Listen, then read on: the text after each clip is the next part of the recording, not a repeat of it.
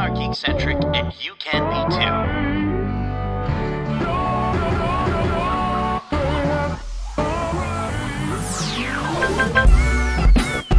Love ya.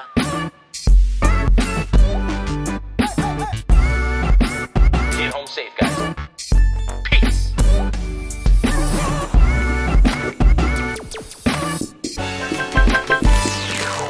Welcome to the Geekcentric podcast, and welcome to our annual Geek Back episode. My name is Justin, and if you're joining us for the first time, well, we are Geekcentric, a podcast covering the world of movies, TV shows, gaming, and all things geek-centric.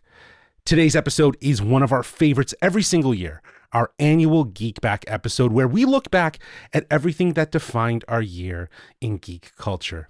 Over the course of this episode, we're each going to share one of our personal favorites from a few key categories: movies, TV shows, animated projects, gaming, games, and collectibles.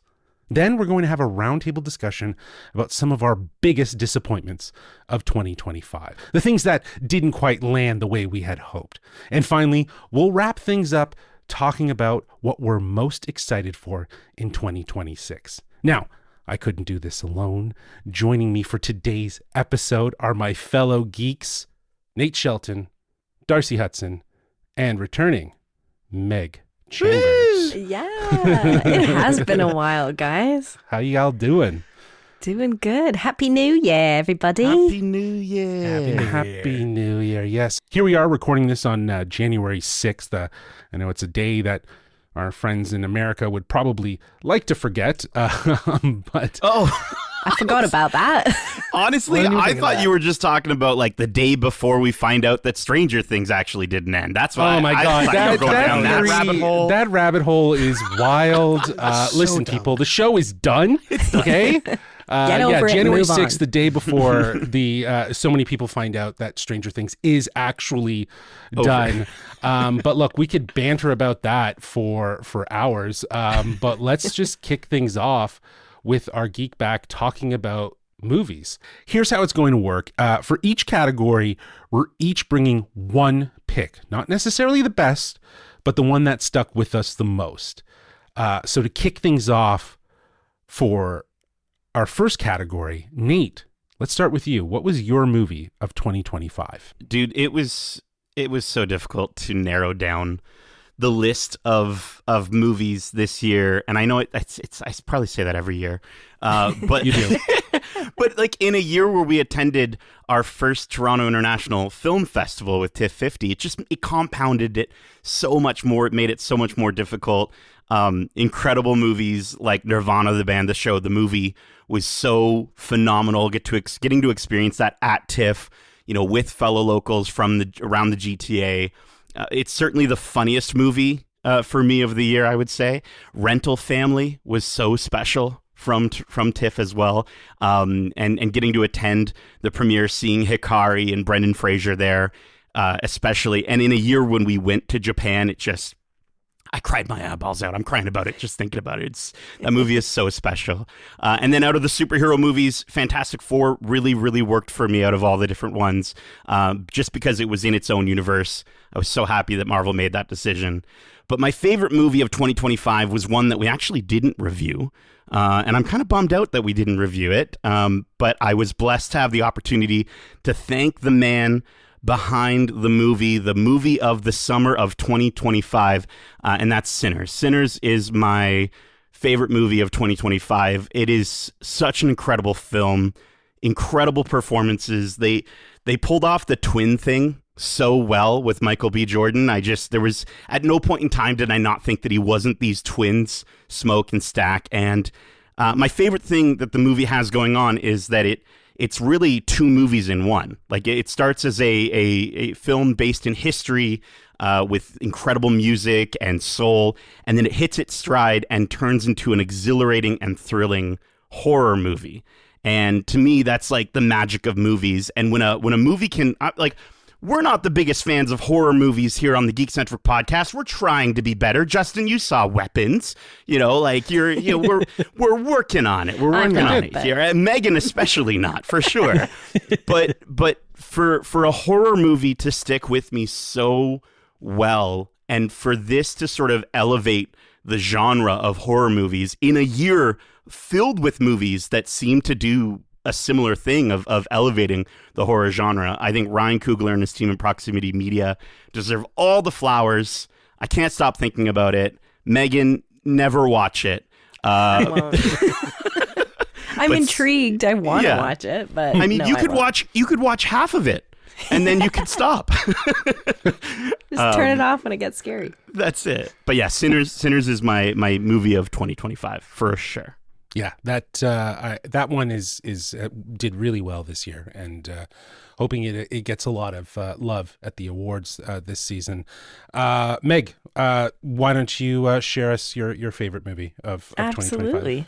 Yeah, I have loads. I mean, I unfortunately didn't get to see as many movies as you guys have, but that's par for the course. I don't really take in as much content. I have quite the narrow in terms of my entertainment, but I think you guys will be surprised by the choice I've made this year. It was actually a movie I just saw right at the end of the year, and it's on a lot of people's lists of top movies or like honorable mentions, and I really was so intrigued by this movie.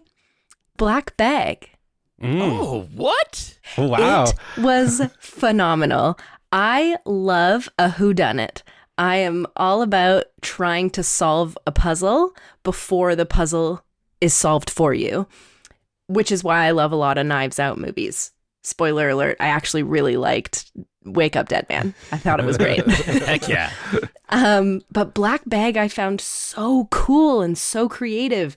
Trying to figure out the circumstances of this movie in particular was so much fun because I actually couldn't do it. I was struggling so hard to try to understand where this conspiracy started and who drove this, the inside job.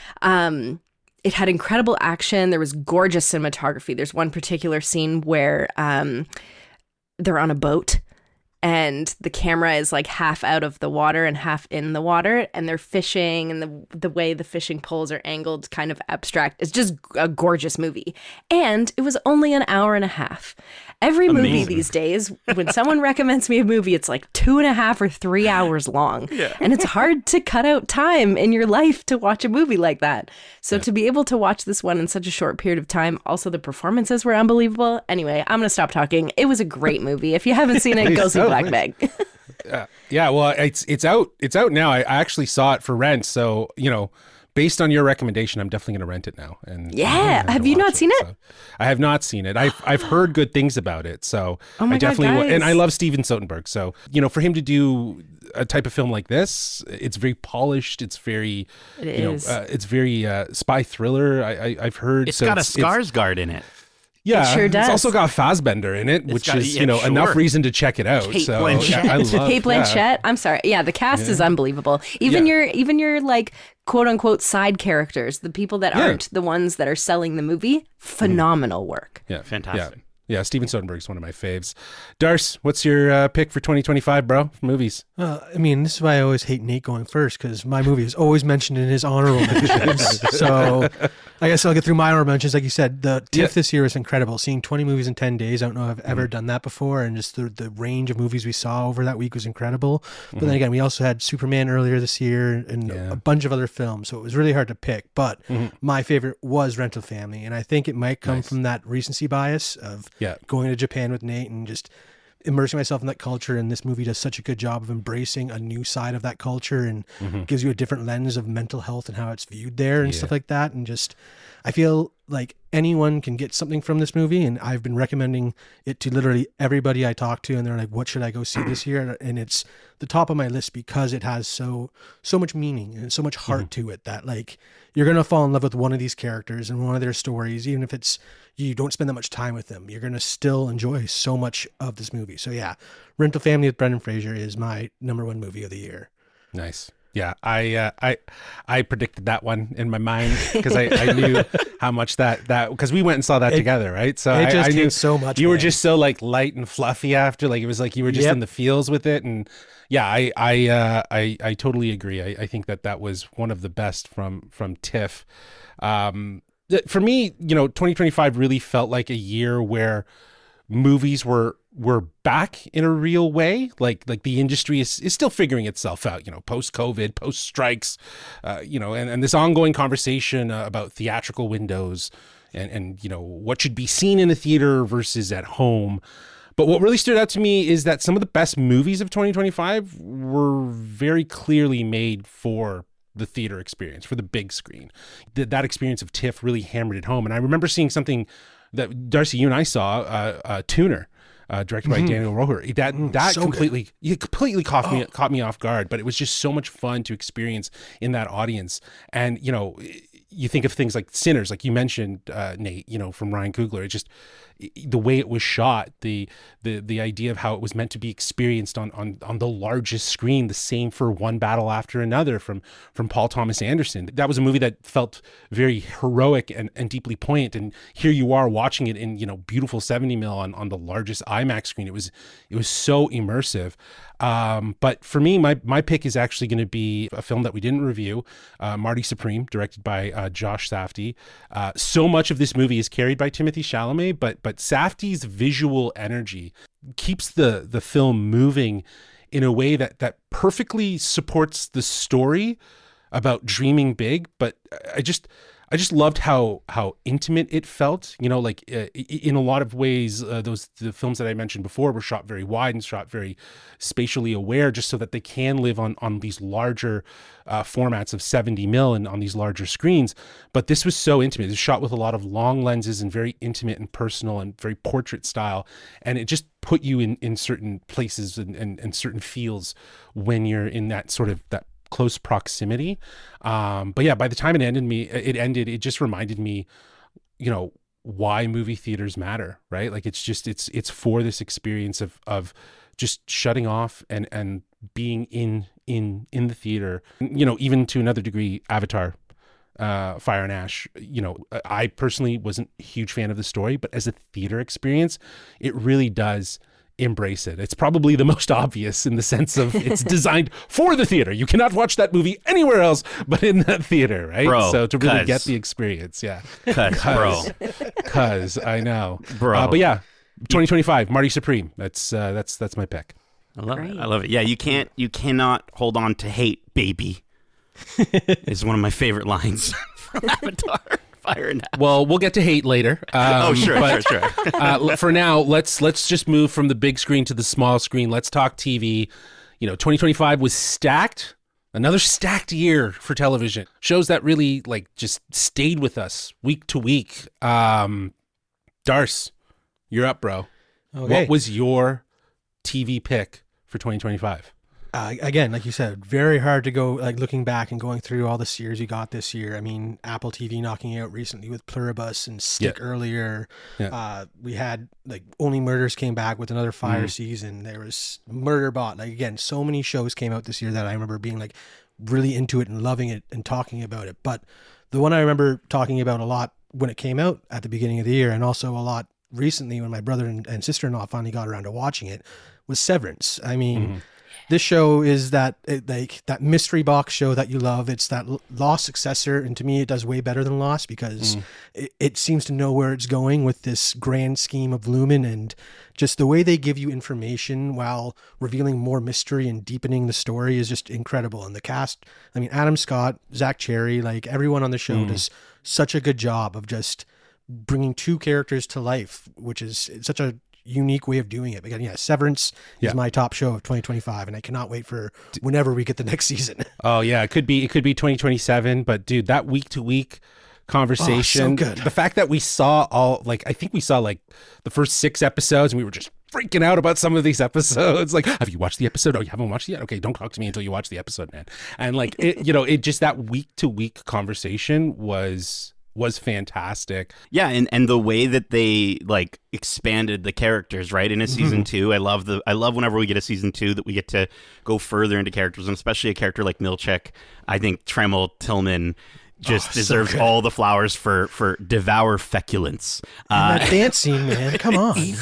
shit. It's so good. I just want to jump in, if it's okay with you guys. I'm going to just drop my TV pick for 2025, just because it kind of goes off of what Darcy was talking about with Apple. I think Apple, in my mind, wins the award for the best shows streamed of 2025. And you know, as I was talking about with the theater experience, it's you know, what should be seen in theaters, what should be streamed at home. All of this is meant to be streamed at home. It's the new television. Let's just face it. It's the new cable, right? It is what it is. And I think that's what really stood out to me about this year in terms of where streaming stood out is in television. Severance season 2 was phenomenal. Peacemaker season 2. So good. So good, man. You know, we just wrapped Stranger Things season 5. And a strong newcomer, like you mentioned, Darcy, Pluribus. So like, you know, again, just a big year, but my pick premiered in 2025 with its first season, and that's Apple TV's The Studio from Seth Rogen and Evan Goldberg. You know, this show embraces their comedy while just delivering what you expect, like sharp, satirical, and just painfully honest depiction of Hollywood, from the film strikes, from the pandemic, AI, you know, unchecked egos, you know, like all of those elements are at play in a show like this. And with appearances from like some legendary people like Martin Scorsese and Ron Howard, you know, this incredible writing, the way it's shot, the extended Warner style filmmaking. There's exaggerations as well, obviously, to a certain degree, especially with like certain characters, but other people, like people that have covered the industry, they have said some might think that it's an exaggeration. It's not that far off at the same time, what they're dealing with. And, you know, you have the experience of Seth Rogen and Evan Goldberg, you know, kind of implying what they've dealt with, what they've seen, what they've heard probably through the industry into this show. So yeah, this was an easy pick for me. You know, the studio is just pure confidence. It knows what it wants to be. It delivers. And yeah, that's my pick for 2025. Well, and for the studio to like, you know, like you said, it's so topical, it's so relevant, and then even for them to almost in some ways like they're going into almost predicting the future a little bit in terms of this WB buyout situation, and right? Netflix, with Netflix, right? And yeah. so it's just wild to sort of see that they're so It's coming on the to button. It's coming to happening. Fruition. Yeah, it's freaky. And that Warner episode with Greta Lee, that shot is just unreal. It's so well done. That whole show just embraced that though. Yeah. Right? Like they would do things where the camera would just walk in and it would go through the studio experience, and then it would eventually cut to a new scene. But that lived and breathed. That was part of its visual language, was the Warner, was doing everything with the one take mentality. And I love that. I love that they had an episode to call it out, and then they just put it in as part of their aesthetic, and it worked so well. Meg, have you seen it? Have you watched it? No, I haven't. Oh, yeah, you got to watch it with Monroe. He'll love it too. He'll love it. Yeah. The studio. Yeah. The Darcy, you've studio's seen worth it though, checking out. right? Yeah. Oh, it's fantastic. Again, there was so much on my short list. I could have been here for an hour just listing everything we watched, because it was a great year for TV. Who would do that though? No one would list everything they watched. You're crazy. Okay. But I do want to My shout Mayo out. mate, Will. My Mayo mate. But I do want to shout out Catherine Hahn's outfits in the studio. Every single scene. Catherine felt like she- in that she's series so was good. phenomenal. Yeah, it was So amazing. good. Well, now I So good. really need to watch it. Yes, Please. you do. Please. Meg, what was your pick for 2025 in TV? Sure. Well, again, I take in a lot less, but I felt like this year was also the year for season 2s and 3s, and we had Yes. a lot of new expansion on a lot of fantastic starts to TV shows. I'm going with one that I didn't actually enjoy the first season that much, and people were crazy, or thought I was crazy. And then season 2 of Andor came out, and I was blown away by this show. It did a beautiful job expanding on the story of Cassian and how he got to where we saw him in Rogue One. Yeah. But not only that, it showed us a much darker and more real version of what the Rebellion. the rebellion went through and what they had to do to get to where we end up in Star Wars. And I really love the adult take that Star Wars has taken with the show Andor, and hopefully with more. Well, we'll see. But we'll see. We hope that they'll learn from it and want to do more. But you hope the success of this show and the way those stories were told will, get us going into more adult content with Star Wars. And I obviously don't mean like X-rated stuff. It's just like getting deeper in more intense and emotional stories from characters, and also understanding that villains are also multi-layered and have backstories. And I think that's also something that Andor really showed. Yeah. I loved that show. I also want to say I just started watching Shrinking. I know I'm really late to the game, but that might be my 2026 favorite TV show.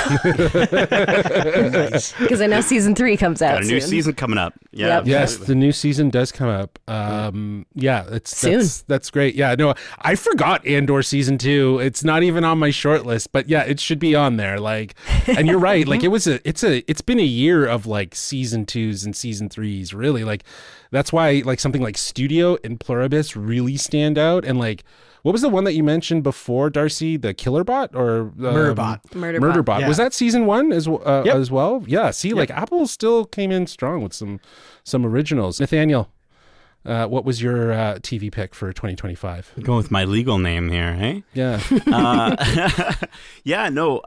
I agree. I think Apple is absolutely killing the game with streaming, and I feel like more people need to watch these shows that Apple is putting out. But yeah, I also think Pluribus was absolutely phenomenal as a first season. It was so intriguing, and like you mentioned with Severance or with Lost in particular, I still remember some of my favorite moments of enjoying Lost back in the day were getting to call the Hanzo Foundation on the phone because there was a phone number that showed up on the screen and it actually picked up and it was actually Alvar Hanzo with a recording. And so getting to do the same thing with Pluribus this time around, actually calling those numbers and hearing the voicemails, so cool. But my favorite show of 2025 is the same as Megan's, Andor season 2. Absolutely. Tony Gilroy, I just want him to come. Like, Justin, you had that interview and we have that moment in our social where you're like, you can come back to Star Wars after you go away and do something. And that's one of my favorite moments that we've had. Interview moments I had was where it was just like, like I didn't mean to tell him that none of it was going to take off. I just meant that, like the galaxy will want you back, meaning money is going to be thrown at you to come back and do something. And so.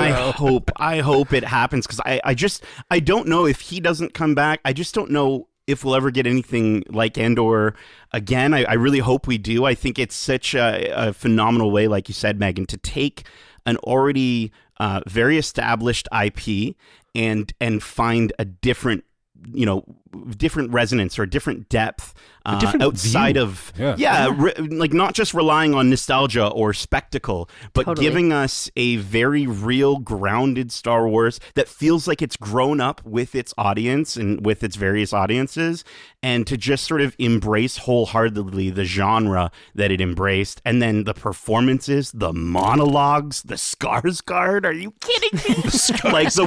I'm so sorry if I can't remember her name. I'm going to look it up. The woman who played Clea, Elizabeth Dulau, was so good on that show. It was her first her first major role as Clea, which is wild. She's incredible. To go toe to toe with Skarsgård is nuts. And then Adria Arjona and Genevieve O'Reilly, like all the ladies are just so good on that show. Unbelievable. I want to watch it again, actually. I kind of Me too. Now that you're bringing up these characters and stuff, I'm like, dang. Let's just watch it again. Come on. Oh my goodness. Such a good show. But I just gotta say, one of my favorite things about Andor is how it reframes the way you watch Rogue One. Like 100%. when you first see Cassian Andor in Rogue One, the first time you're just like, oh, it's just some dickhead cocky pilot or whatever. But you see where he's been through watching this show and watching that movie again. It's a whole different lens now, and it's wild how he managed to do that. It's so cool. And also his relationship with the droid. Yep, exactly. K2? Yeah, K2. Absolutely. Oh yeah, it's so good. Yeah, I couldn't agree more. I feel like, we'll get back to a place where an Andor style show lives in Star Wars, but I think they're probably going to take a beat for a second. Let Tony go stretch his stretch his wings somewhere else for a little bit, and I think he'll end up flying back over to I Star hope Wars. so. I think he will. Like, I honestly think that they're going to say, like, hey, we can't crack this. Can you take a stab at it? And I think it's going to be something like a Rogue Squadron or something like that. Like, it's just something that can be adapted into that mantra of, like, looking at it through the lens of a genre, telling a story about that feels grounded and connected. I feel like, bigger conversation. So we'll Sorry. just segue out of here table that. into something else, because we want to talk about animation. Duh. Yes, we do. Yeah, animation continues to be one of the most exciting creative spaces where it's features, it's series, it's everything that we've gotten has been so great. Meg, I gotta ask you, what's your animated project of 2025? Well, I don't think that this is going to be a surprise to literally anybody who talks to me, but guys, K-pop Demon Hunters, have you seen it? What is This that one? was Is the that best animated movie that's ever been made.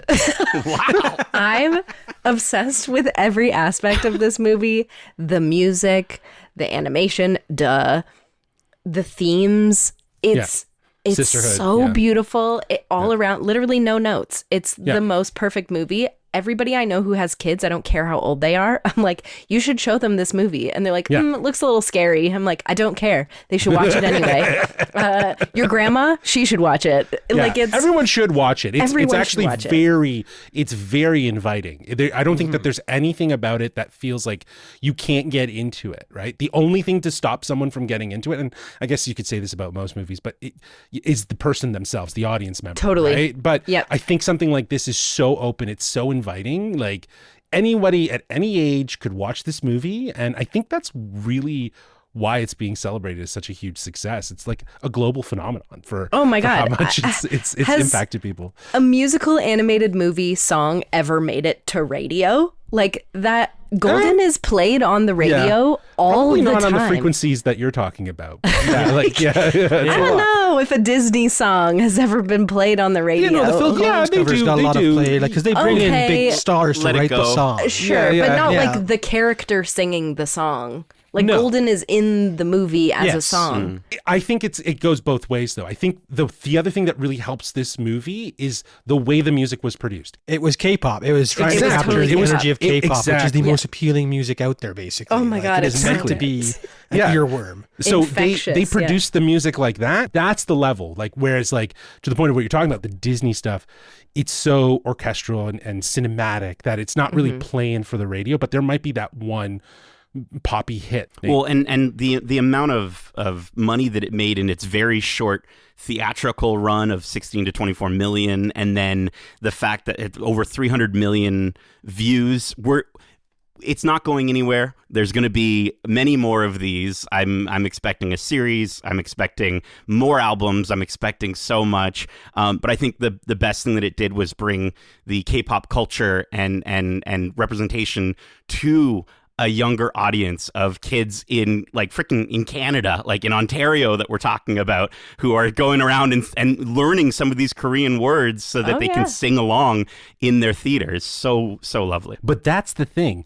The audience for K-pop was already baked in because K-pop is huge on this side of the world as well. Yeah. Kids in high schools, they are infatuated with K-pop and the culture and the whole world around East Asian culture. So I think what stands out to me about this film is that they literally made it knowing that there was a huge market outside of Korean culture that was really going to appreciate this film. And it worked. It really did work. Yeah, I think that has a lot to do with why this movie was so successful, because there's already a baked in culture of people who love K-pop. Oh, yeah. And then also, just to quickly bring it back to animation, which is the subject of this, the animation of this movie was so good. Not only did it bring in that kind of like staccato, slower frame rate that we got in Spider-Verse and Mitchell's vs. Machines, but it also brought in anime. So you're getting this, like, 3D animation mixed with anime. Their facial expressions are so funny. The way that they, like, slow-mo when the boys take their shirts off, and oh my God, it's just man. like hilarious. Can you do Yeah. the soda pop dance? I don't know. If No, I very good at tried. They do it so fast. And you need more than one person. I can't do it by True. myself. We'll get together. We'll. Yeah. Yeah, for sure. Nate, what was your animated pick? Yeah, I think that definitely was on the short list of animated movies. I think also, on the Disney side, the Pixar side, Elio, Pixar just does such a good job of making me cry my eyeballs out and finding ways to connect with so many different people and different audiences. And that movie just having being such a love letter to like classic sci-fi adventure films. Fantastic. Zootopia 2. How the heck did they find a way to make it even more charming? Like, I don't understand. It was already so charming and so smart, and the world that they build upon. And then there's an episode of Star Wars Visions Volume 3 called Black. It's a way that I've never seen Star Wars. I've never seen art like this. I know Darcy and Justin are both they're artistes in the film world. They understand. They know. They've seen this before. I've never seen it. Don't look it up. Just watch Black. Megan, maybe be completely clear of mind before you watch it. Don't be maybe enjoying anything other than just sitting down and watching it. It is a lot. I don't know. Yeah. I mean, it's really good when you're high. Like, it makes you feel like you're high. I can when do you're that. sober. I can So, do that. I've done it both ways. Like watch it not What's high your and then watch it suggestion? high. Both are fantastic. Okay. I think that either are fine, but maybe watch it the first time high and then not the second time. So There you that go. can True. Make sure you understand it. But It's phenomenal. But my winner, Disney is not responsible for my winner of the year. My favorite animated film of the year. It actually came from a collection of studios, including Iki Films, Maybe Movies, Puffin Pictures, 2 Minutes, and France 3 Cinema. And that's Little Amelie, or the character of Rain. I knew it. I knew it. This movie. Well, I knew Darcy, it. you're on the same page here, or This is on my short list, but I just knew the way you Amazing. talked about this movie since we've seen it. I'm like, Nate loves this movie. I Like, can't Nate stop loves thinking this about it. movie. I can't stop thinking about it. I want to watch it so bad, Megan. It's a crime that we're in 2026 and you haven't seen this movie. It is gorgeously, like, painterly 2D animated, almost storybook come to life style animation. Follows the life of a young Belgian girl named Amélie growing up in Japan. And throughout it, we hear her inner thoughts narrating her experience. But her dialogue is simple because she's a child, but then also complex. Like, there's a moment, Megan, where Existential, man. It's Yes, a 3-year-old's existential crisis. it's and it's perfect. so good. It's so and there's a moment where her grandmother comes back from Belgium and she's kind of, she doesn't want to talk. She's kind of being in a bad mood. And there's a moment where her grandmother just shoves a bar of white chocolate into her mouth, and the narration just says, "I was reborn by the grace of white chocolate." And it's just so incredible. And you see little Amélie float up into the air, and it's just so beautiful. The entire movie is just heartfelt, lovely, sad, and gorgeous. And Darcy, you and I watched it. It was in its original French language with subtitles. But I remember you and I just looking at each other after the movie ended, and we just had the biggest grin on our faces, just looking at each other like, damn, this was the right way to end our TIFF experience. Yeah, for sure. I mean, that was one that had its premiere or debut earlier on in TIFF, and everyone we talked to is like, "Oh, I saw this movie and it was so good." And because of that, I'm like, "Oh, we got to see if we can find a way to do it." And towards the end, we were able to tack it on to our final day. And like you said, I'm so glad we did. It was the most delightful cap to such a fantastic week of movies, basically. Mm-hmm. Absolutely beautiful. Megan, please watch. Especially, I know that you're learning French, or you've learned a lot of French in the last few I have years. a French niece and nephew, so Right? I think you definitely would keeping really that under dig my it. belt. Yeah. Darce, Yeah. what was your animated project? I know you saw a lot of TIFF as well. We saw, You I probably did see a the lot of animated most. stuff at TIFF. Yeah. Again, a lot of shows and movies. Animated was just as, again, on fire this year. Like, Character of the Rain was on my short list. Another one that was on my short list was Dandelion's Odyssey, which I saw at TIFF. Just the way that it approached It's not traditional through animation, photorealistic stuff. It Yeah. was. It is a trip. Anyone go watch it. It's the journey of 4 dandelion seeds through space after the world ends, and it is no dialogue and just like actual footage of plants growing, animated and sped up. It is mind-boggling. And do you watch that with a little extra enhancement or no? Yeah, you do gotta be- shrooms Oh, for it that definitely one. helped. It definitely shrooms helped. for that one. Yeah. They were high when they made that movie. Yeah, they definitely were. Or again, it took so long. I don't know. Again, there was just a unique way of storytelling. Definitely worth checking out. But it wasn't my top of my list. Again, there were so many good things: Predator, Badlands, Eyes of Wakanda, Oh my God, Star yeah. Wars Visions. We had Tales of the Empire. I think popped up too. Yeah, yeah. Oh my Like, there are God. so many great things. But I'm going back to the beginning of the year, and it might be because we got to talk to the voice of Spider-Man. But your friendly neighborhood Yeah. Spider-Man. Heck yeah. Just So good. It was so good. The way that it reinvented Spider-Man's story while giving us this old yet new and updated look and animation style, swinging through comic book panels. It is the most like visually appealing version of a comic book I've ever seen, because it just felt so comic in everything about it. And then again, the story and the reinventions and the way they tell it and they paced it out over those episodes. I cannot wait for the next season of Your Friendly Neighborhood Spider-Man. It is so cool. And I think one of the best things, to your point, Darcy, is yes, the Steve Ditko very reminiscent style, but then just the rogues gallery of villains and the characters that would just pop up in a random episode, and it didn't feel like it was like, oh, we're really gonna lean into like this is about to happen. It just happened like it would in a comic book, like a classic comic book. And dude, absolutely, what a really fantastic pick. Absolutely. Yeah, I totally agree. I think that one I had low expectations for, and it absolutely blew me out of the water. It was so good. Yeah, that art style was next level. It was Marvel's own way of doing kind of like the Into the Spider-Verse style, Yes. but on their own level, right? With Yeah. with their own adaptation to it, right? Because that style since that movie came out has just been like not replicated, but it's been inspiring other studios to kind of go big. Yeah, you guys are all right. Like, animation was really strong this year, and you brought up so many things that I completely forgot about. Elio was a standout. K-pop. Another one was In Your Dreams, and these are all like original stories, and they're not coming off of any IP or sequel of a film. These are all original. But we also got things like Marvel Zombies, which was insane. To actually see that, and we've all kind of mentioned it, but Star Wars Visions Volume 3 was fucking incredible. It was so good. But I'm going back to something at the beginning of the year when I was doing a deep dive here, and I'm picking Pixar's Win or Lose.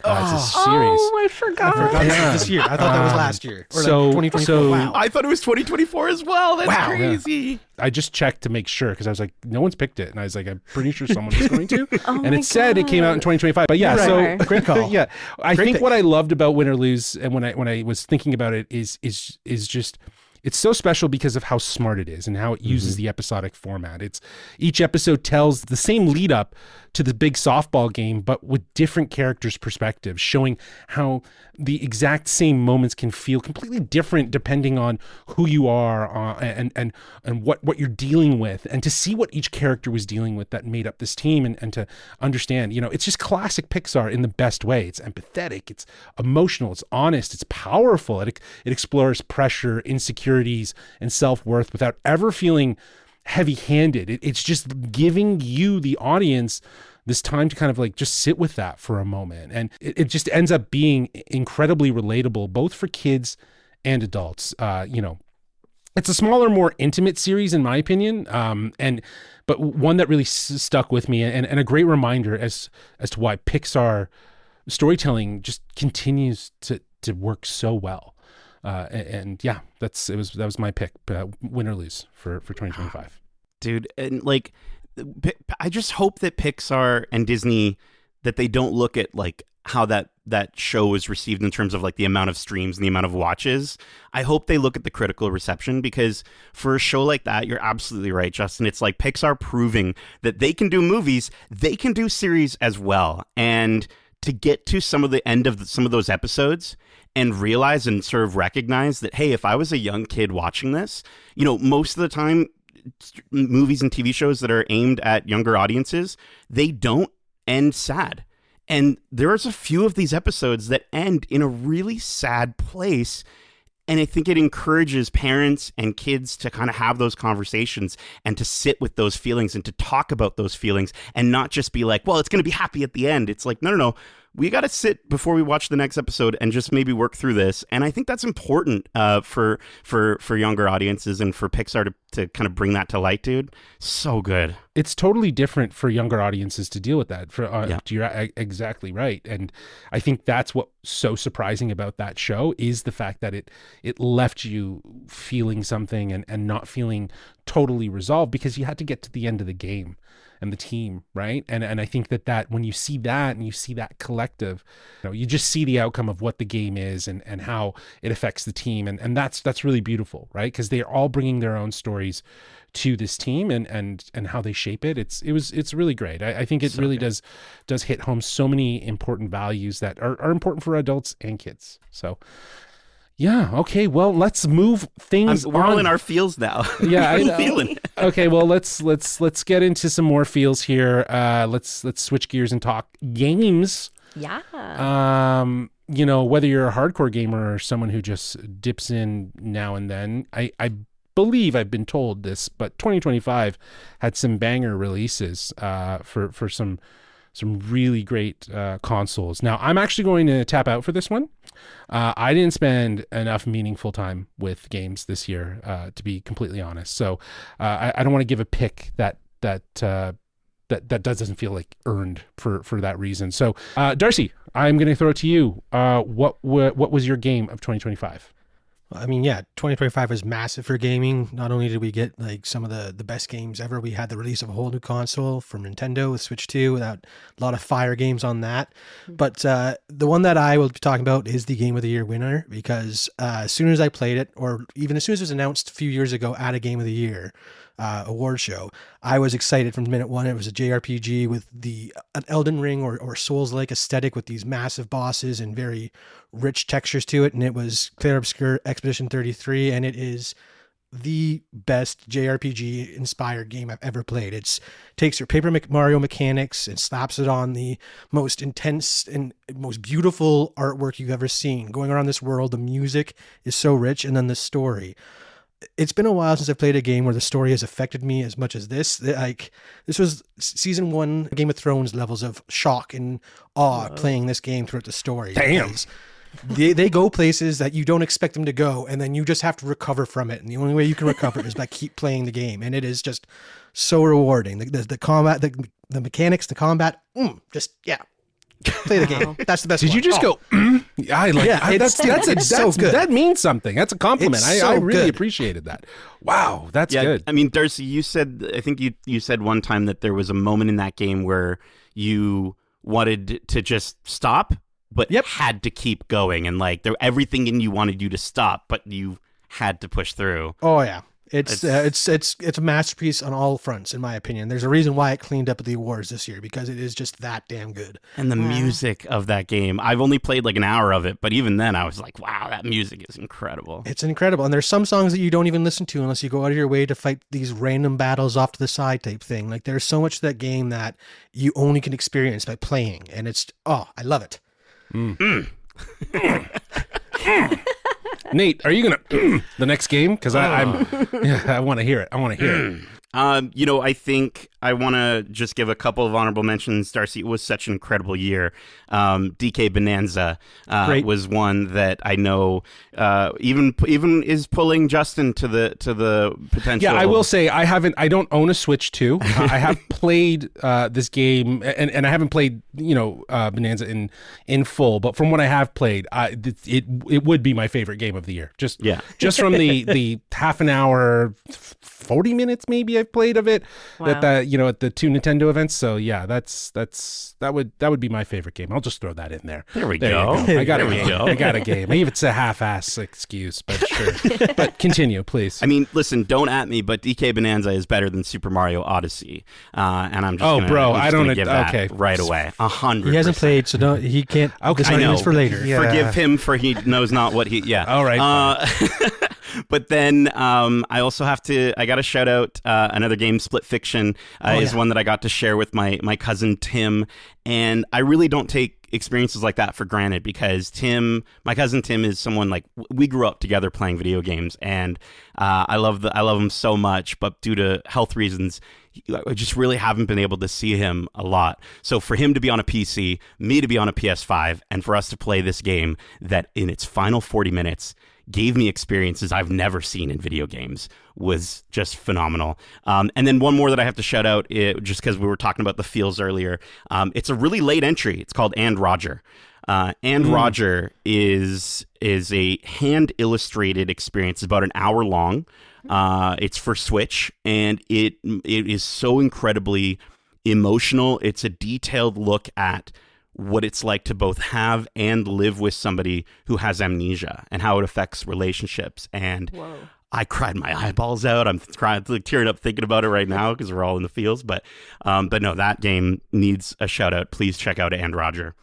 But for me, Ghost of Yote was my favorite game of 2025. It reminded me a lot of going from Insomniac Spider-Man to Miles Morales, in that, like, Sucker Punch just made some really smart decisions on what to elevate and then what to, if it ain't broke, don't fix it sort of mentality.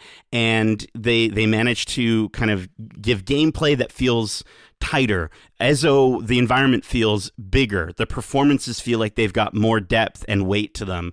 And the lead in the game, Erika Ishii, does such a great job and just gives such a really fantastic performance. The combat, the way that they were able to kind of give multiple weapons makes every engagement intriguing and exciting, and sort of this rock paper scissors element of like, okay, I'm gonna go with the dual katana because it's stronger against this enemy or what have you. So yeah, I beat the game in 73 hours, and then I platinumed the game in 92 hours. And I loved it so much. And in fact, I loved it so much that I went back and platinumed Ghost of Tsushima right after. And it was just so cool to see some of the comparisons and updates they made to Ghost of Tsushima that are clearly baked into Ghost of Yote. It is a masterclass in open world gaming. And I'm so happy. I cannot wait to dive back in with the Legends multiplayer that's coming out later this year. Ghost of Yote is just such a phenomenal memory for me. So I am voting Ghost of Yote as my Game of the Year 2025. Nice. You should also pat yourself on the back for finding 92 hours of time. 92. 3-hour movie. A 3-hour movie is a problem for Meg. I don't think she's playing 92 hours a game. There was a time Yeah, where for sure. I spent almost 1,000 hours playing Animal Crossing. So Or There was a pandemic, though, right? Was it the pandemic? yeah. Tears of the Kingdom, I think I have like almost 300 hours on. Come yeah. on. Yeah. Overtime. Yeah. Overtime, for sure. Yeah. For sure. But speaking of which, Meg, did you have a game for 2025? I did, and I figured Nate was going to mention it. I will just shout out, I haven't played it because this is not my game of the year. My shout out is for a game that I haven't played because I don't have a Nintendo Switch 2, so I haven't been able to do that. But I have a feeling I would have loved Hyrule Warriors. Oh, what is this one called? Age of Imprisonment. Thank you. I knew it was an age story of was something. really good. I am a sucker for cutscenes. If anybody knows me, love a cutscene, especially Zelda cutscenes. So when this game came out, the moment I was able to watch the cutscenes like a movie on YouTube, I was doing it because I knew I wasn't going to be able to play it. And I bawled my eyes out watching these cutscenes. Great story. So I would love that game. Yeah. I know I will. But my actual favorite game of the year that I did play in full with my husband was Split Fiction. Phenomenal story, gorgeous gameplay. The scenarios were amazing. It was an epic journey. There was some ridiculous moments in that game, but that's what makes those games so fun. I know this came from the creators of It Takes Two. It Takes Two, which is also a hilarious partner game. But I'm really loving these two-person games. It's so much fun to be able to go on an adventure like you would playing a third-person view RPG, but getting to do that with somebody else, whether it's online or on the couch with you.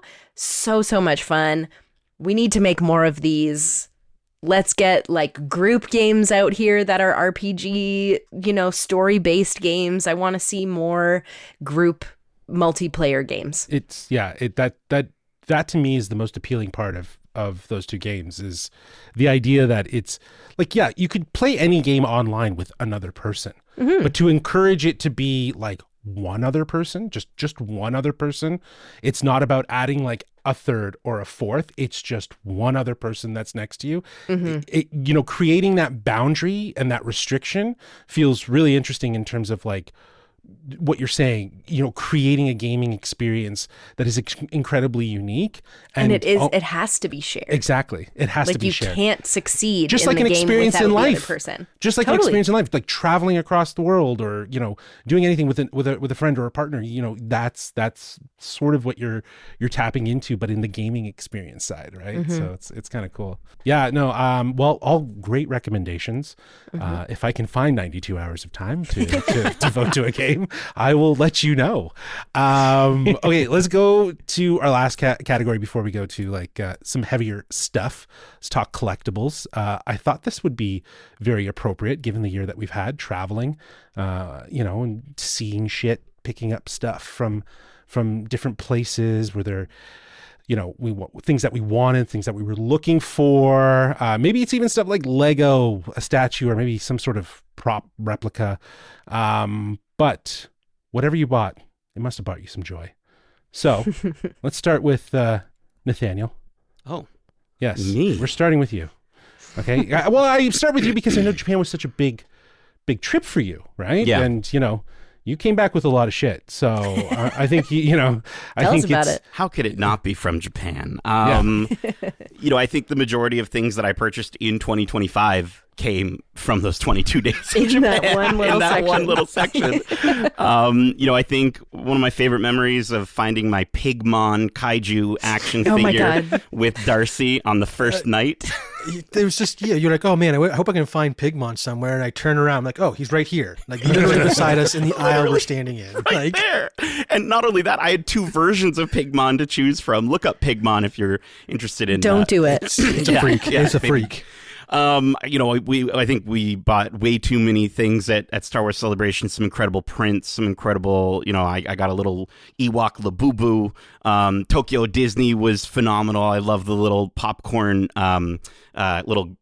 grabbers, the little tongs that come in their own little portable case. Just like, it's so wonderful. It was funny. It was funny watching him use those dedicatedly. Like if he had popcorn, he had those in his hands. He hammed it up. He would like hold it up high and just be like tossing it. And this gesture with the hands. He's like, oh, do you see that over there? Yeah. Just a little Mickey hand. Did you see that? He's using it like a fucking drawing wand on a board.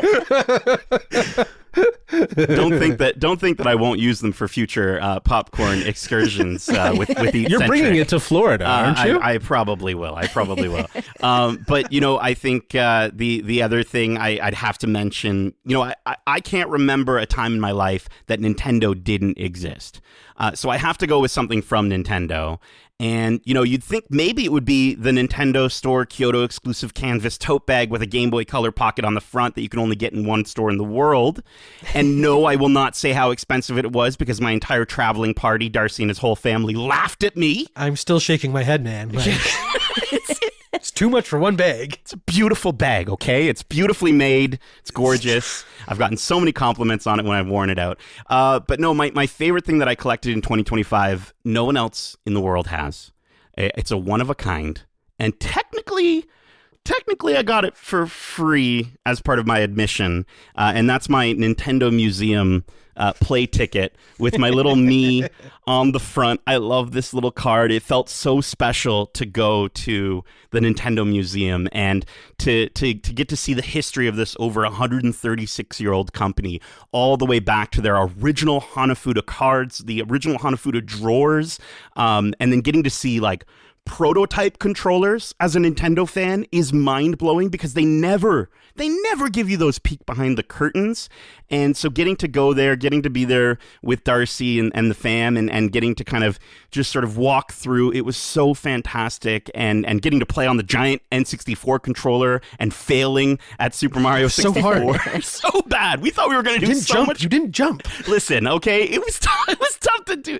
But I think every time I look at this little card in my room, it brings me back to that day, that museum trip. And, yeah, so I'm going to go with my favorite thing that I collected in 2025 is my museum play ticket from the Nintendo Museum. Well, I'm docking points because it's not something you paid for. Okay, I mean, It has to be something we you had to paid pay to for. go to the museum. We had to pay to go to the museum. And not only I that, guess but so. we had to It's also enter the symbolic of- lottery twice. Yeah, that too. Like, Yeah. 6 people entered a lottery, and only one of us got it. It was me. Plus, I think it's pretty symbolic of his collection of games that he got in Japan too. True. Like, he came home with a suitcase full of retro video games. Like he went crazy there, man. Oh yeah, A backpack to the point where when I was going through TSA, like the coming back and the customs agent was like, I was worried he was about to give me some shit for how much I spent. And I'm just like, the majority of what I bought is in my backpack. And he goes, can I see? And I was like, hell yeah. And I open it up and he starts, oh yeah, Mario Kart. Oh, so sick. Oh, Super Smash Bros. Oh. And then we were just the best friends and he saved me a lot of money. It was great. But they gave you money back. He was like, oh, here you go. yeah, you need it. Meg, did you buy anything collectible wise? I mean, in Japan? anything in general. But you went to Ireland this year. I did. Yeah.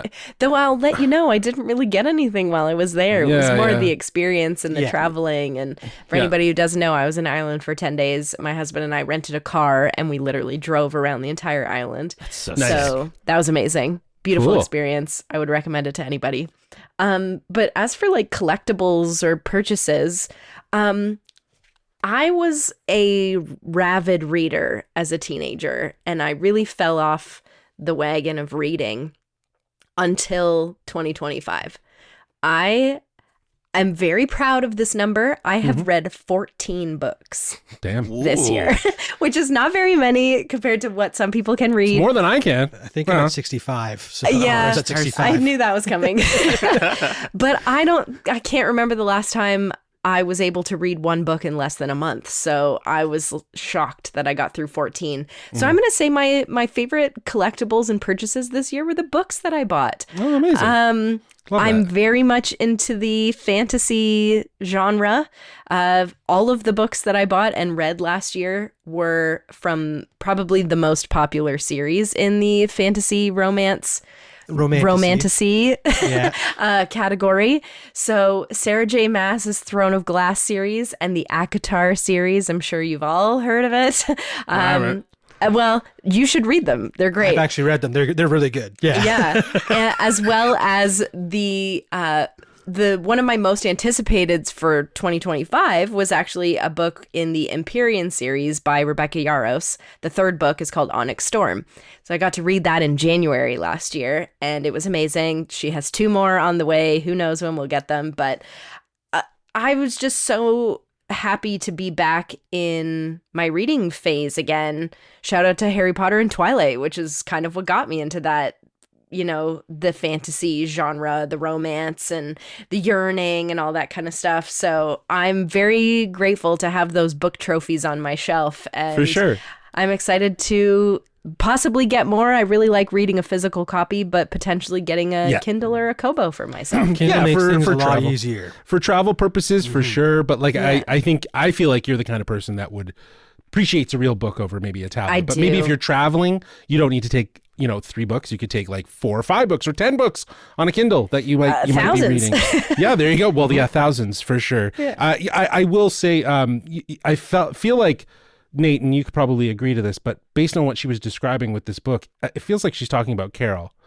Carol as the author From Pluribus. From Pluribus. Yeah. 100%. But it's funny too because even the characters in Pluribus, there's moments where I'm like, oh, Megan would be in that lineup for sure. But then also, I feel like as someone who's read those books and seen Pluribus, I Yeah. feel like she's a bit more a little more distinguished. the fluffier there- side for of sure, things. for sure, Yeah, for yeah, sure. yeah. But I mean, I'm on a she's not- chapter where they're going to say the word cock. Wow. Oh, you okay?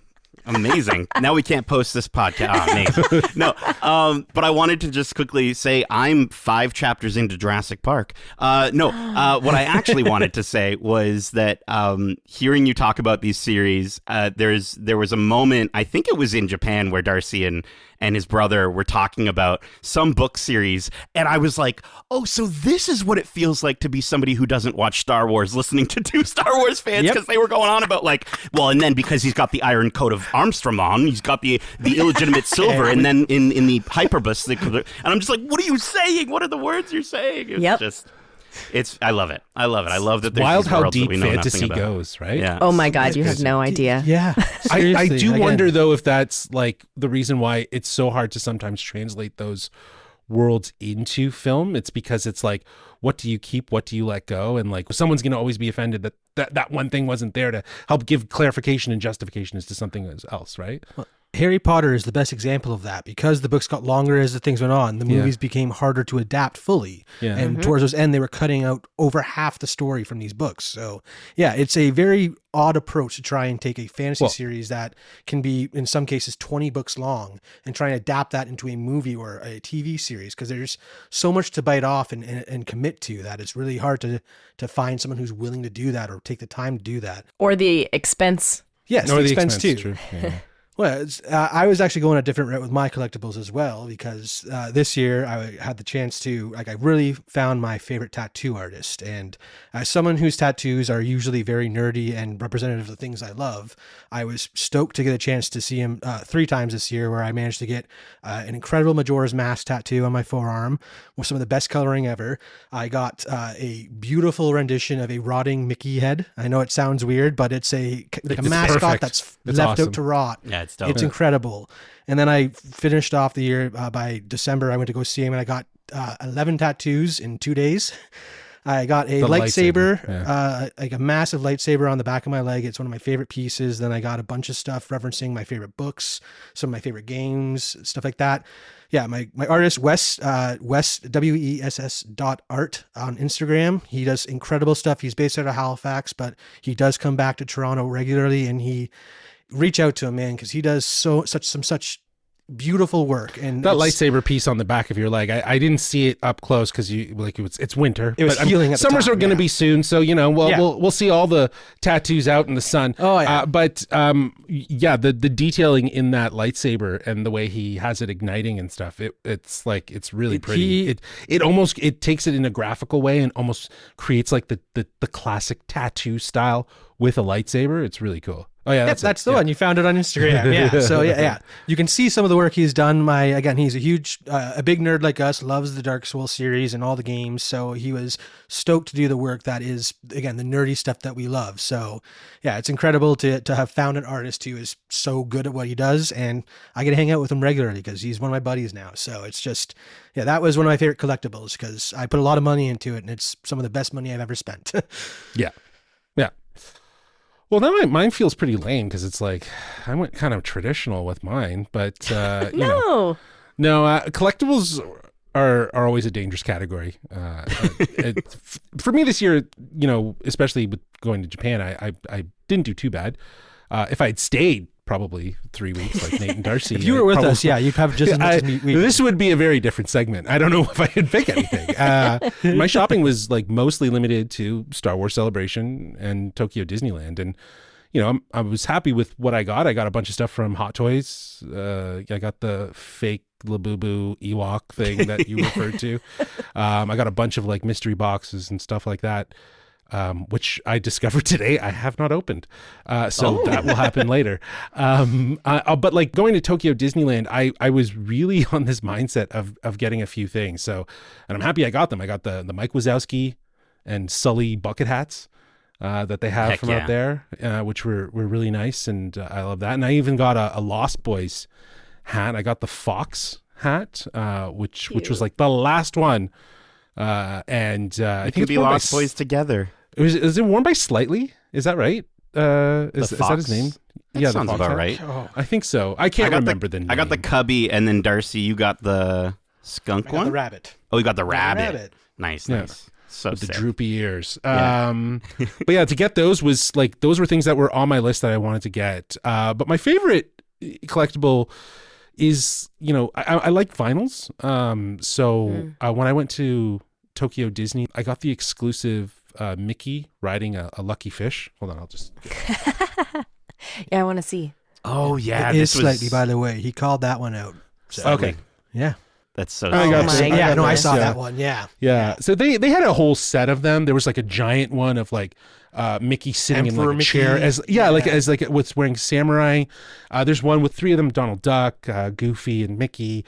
But it's really nice. What I liked about it is that it really feels like the merging of two cultures. Do you know what I mean? Like you're getting the undeniable parts that are Japanese while also getting the charm of Mickey and Disney, and to see that sort of marriage, and that it's very much what the park is.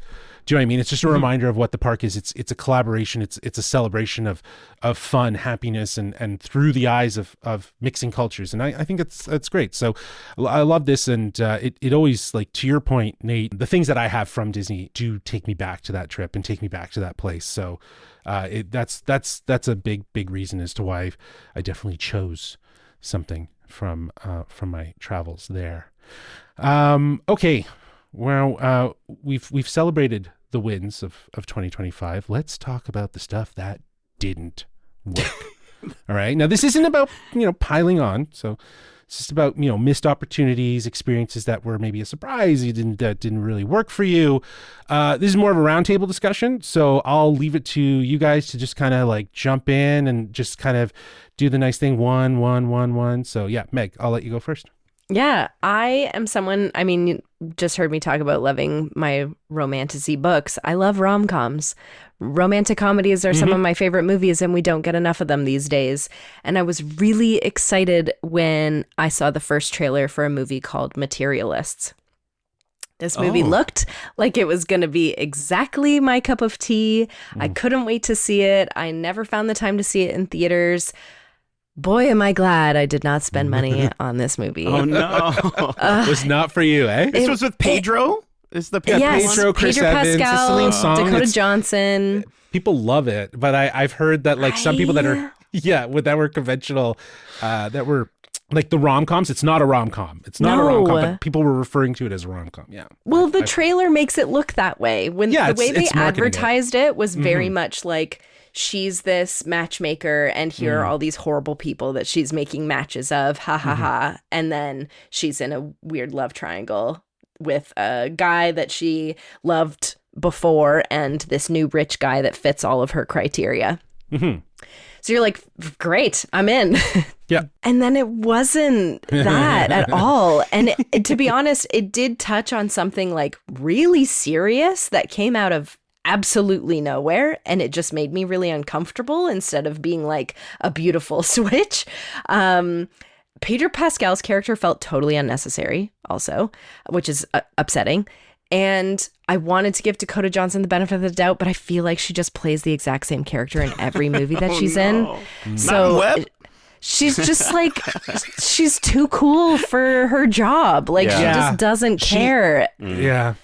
I know what you mean. Like, like sometimes it comes off really natural. Sometimes it just feels like she's just showing up because she's showing up. Yeah, I'm getting paid to do this blockbuster, so I guess I'll just keep being me, and that's why they're hiring me. Like, I don't know.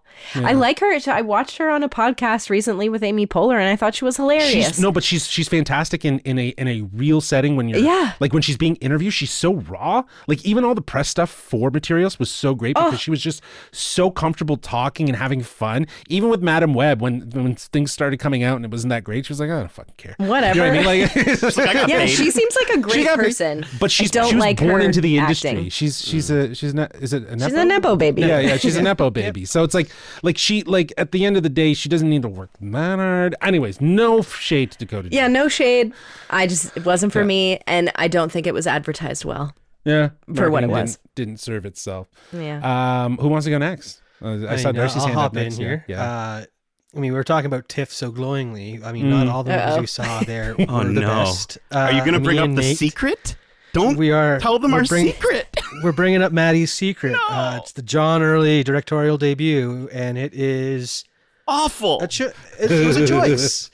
I don't know if it was meant to be a comedy, because there are times you're laughing because he's playing a woman, and I'm not sure if that's why I'm supposed to be laughing. But then it goes to some really weird, like, real dark places about, eating disorders and the effect it has on people around you and all that stuff.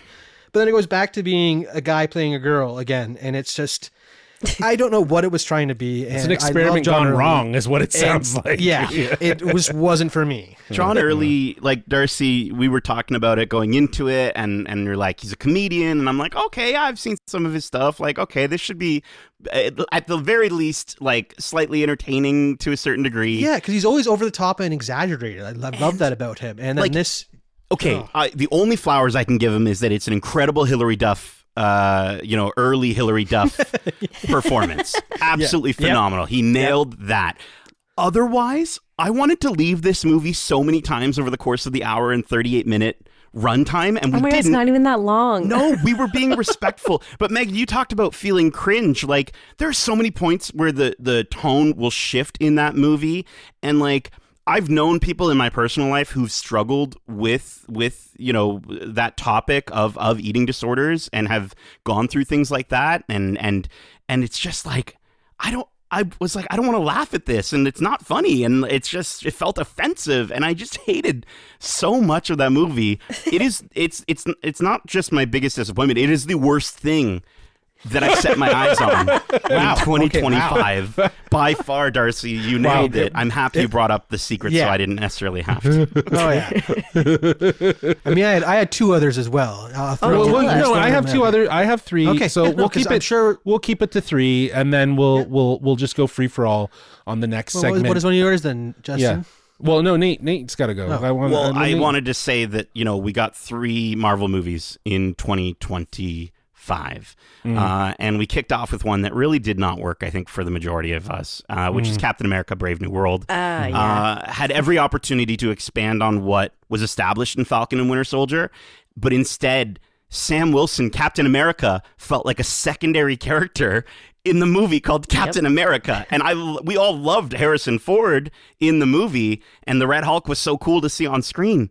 But boy, oh boy, was that just such a disappointment and just such a wasted opportunity to do something really special with this character, building off of what was a great series.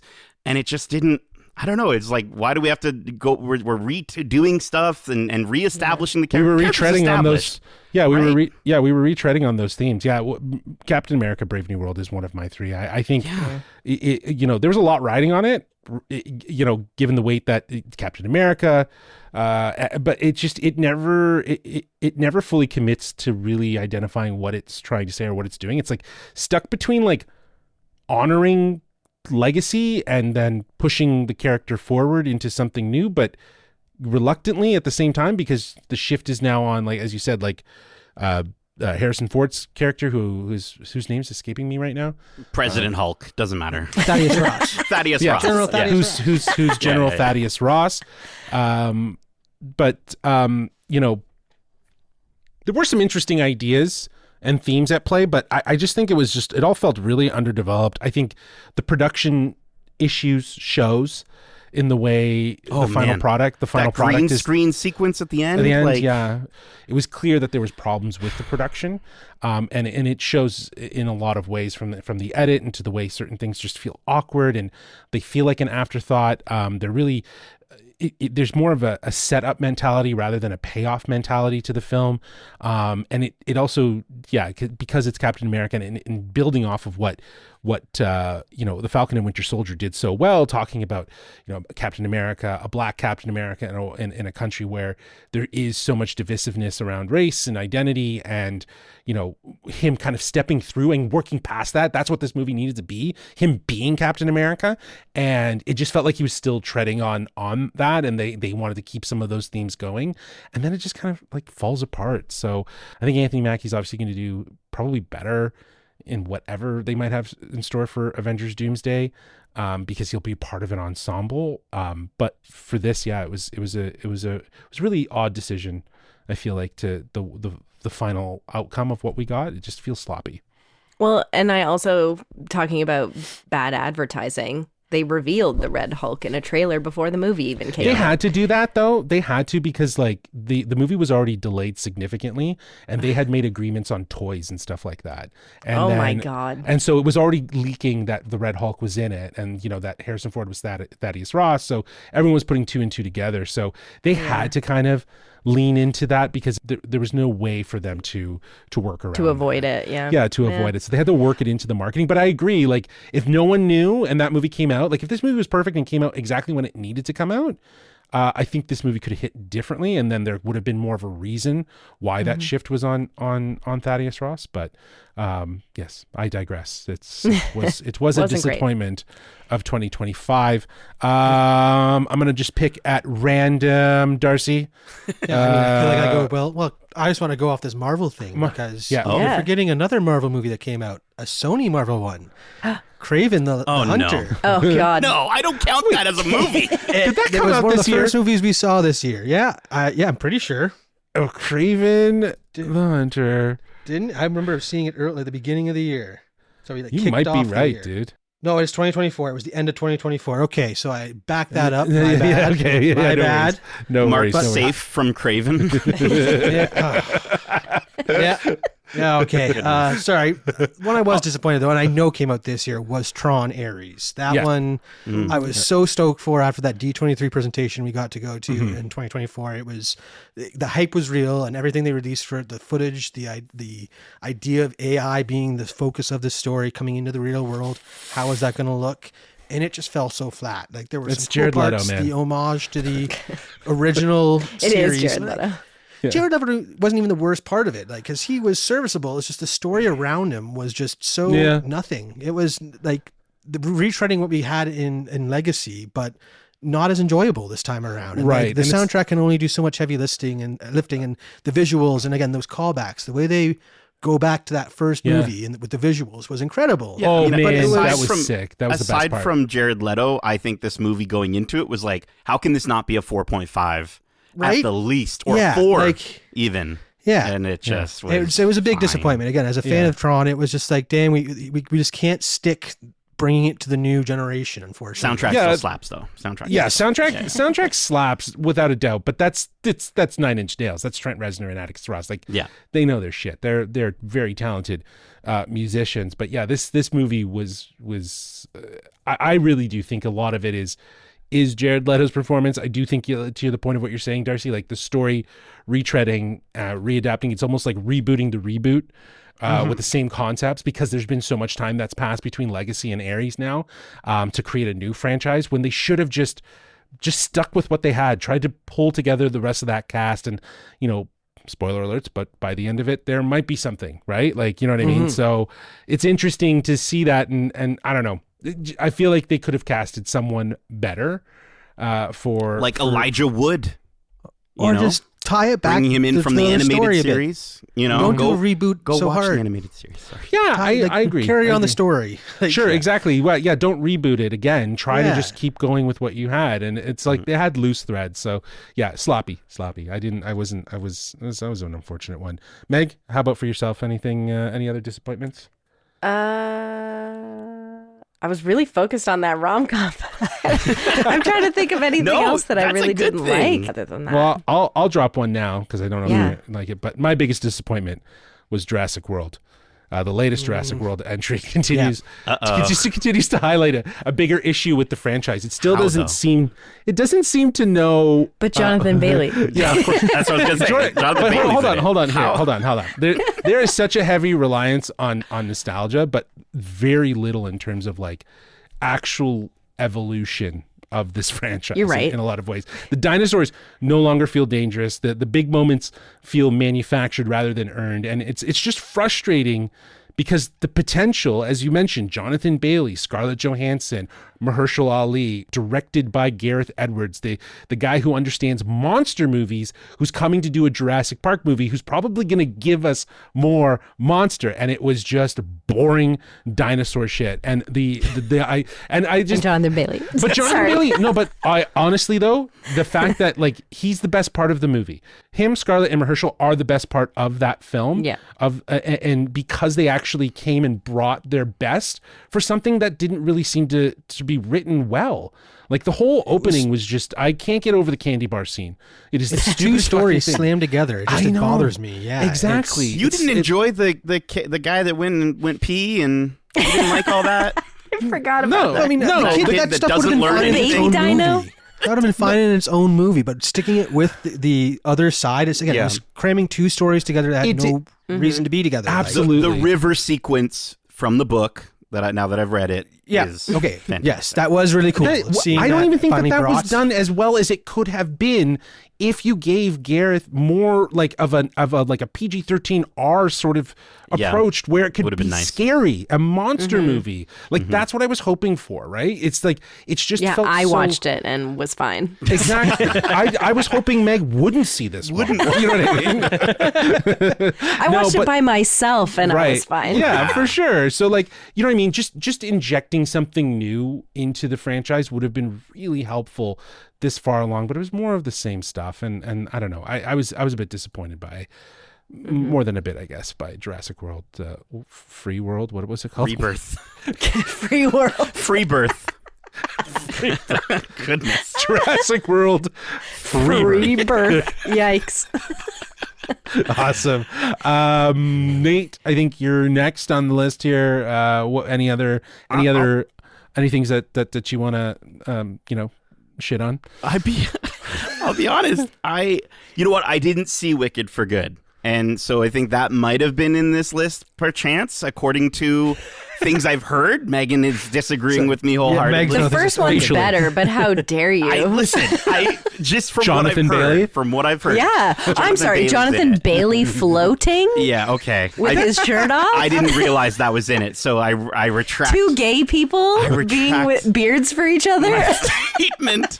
So you know what? I will just say I think that was all I was. I think Maddie's Secret was so bad that's all I can think of for stuff Yeah, that I didn't that was the like worst in thing your eyeballs ever saw. Ever saw Ever. for forever and 2025. Don't watch it. It may be almost as mad as The Bubble. Like, it's just so bad. Yeah. Yikes. Well, a movie that makes you mad, that's not good. That's not good. Darcy, I see you itching. I know you I got have one one more. more. I got one more too. I do Me remember too. one Yeah. more. It was, Yeah.